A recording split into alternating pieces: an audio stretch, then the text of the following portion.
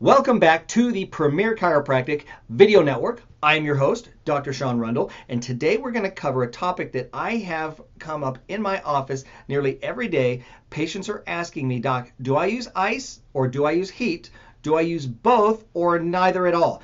So I'm going to make it real simple for you guys here, and we'll see if we can shine some light on when to use ice and when to use heat. So the first thing I recommend is that everybody have at least one of these at home in their freezer. This is a gel ice pack, and the reason why I recommend these are the ones that we provide here in the office, is it because when you put it in the freezer, it stays nice and soft. It doesn't get all hard and stiff like typical ice would, and the benefit of that is that you can put it on any body part, and it will basically mold around that body part to provide good contact icing, or it's called cryotherapy, deep into the joints, into those tissues, to do what it's actually intended to do, which is to reduce inflammation. Now, here's how and why icing works. You're going to use icing on what's called an acute injury, something that just recently happened.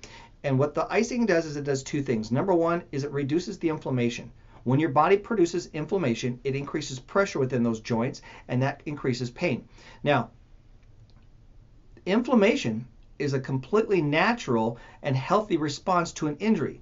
The body is bringing in fresh blood, taking the old damaged blood and cells out of the area, and with that new blood is bringing oxygen and also nutrients and infiltrates that are going to help repair those damaged tissues. So the inflammation is actually a very good healthy response, but sometimes the body can be stubborn with inflammation, and what it does is it just keeps piling it on, and then next thing you know, we've got a big swollen joint, which increases pain. So if you're going to do ice, the intention should be just to control some of the inflammation, to reduce some of the pain.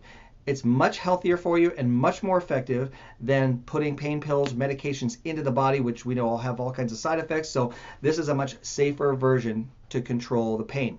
Now, the other thing that icing can do is it can anesthetize, in a sense, the nerve endings on the surface of the skin. So it provides almost like a numbness, a numb feeling, which actually, that will also help control the pain, so that we don't have to turn to other more aggressive remedies like pain medications and so forth. All right, now let's move to heat. Heat is typically used for chronic type issues, chronic type conditions. So it would be most beneficial for something like tight muscles, stiff or sore joints. You've ever heard people say, oh, my joints get stiff when it gets cold out? Well, the heat, and there's a lot of truth to that, but what the heat does is it just brings more tissue, more blood to the area, which helps warm up those joints, and things, when they get warmer, they get looser. So people will tend to find that muscles will start to loosen up, lighten up, and also get the joints moving a little bit easier. The type of heat I recommend is a moist heat.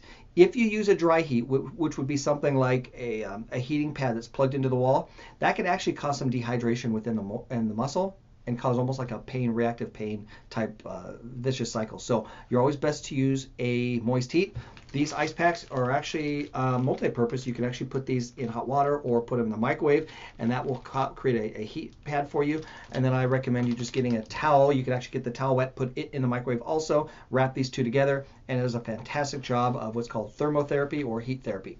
Now, the last thing I want to cover is when to use them both. So there's a thing called contrast heat and ice. And what that does is it acts like a pumping situation. So the heat opens up blood vessels and brings more blood and infiltrates into the area, which is also bringing the oxygen and the infiltrates and the nutrients designed and required to help repair those tissues. And then the icing, what the icing does is after you bring all those things in, now we can ice down, and that constricts the blood vessels and actually takes the inflammation out of the area. So that whole pumping cycle is bringing good healthy stuff in and taking the old stuff out that needs to be sent out for repair. I would recommend 15-20 minutes on, 15-20 minutes off. So you're going to do ice for you're going to do the heat first, 15 to 20 minutes, always followed by the ice, 15 to 20 minutes. You do that 2-3 times a day, and you should be good to go.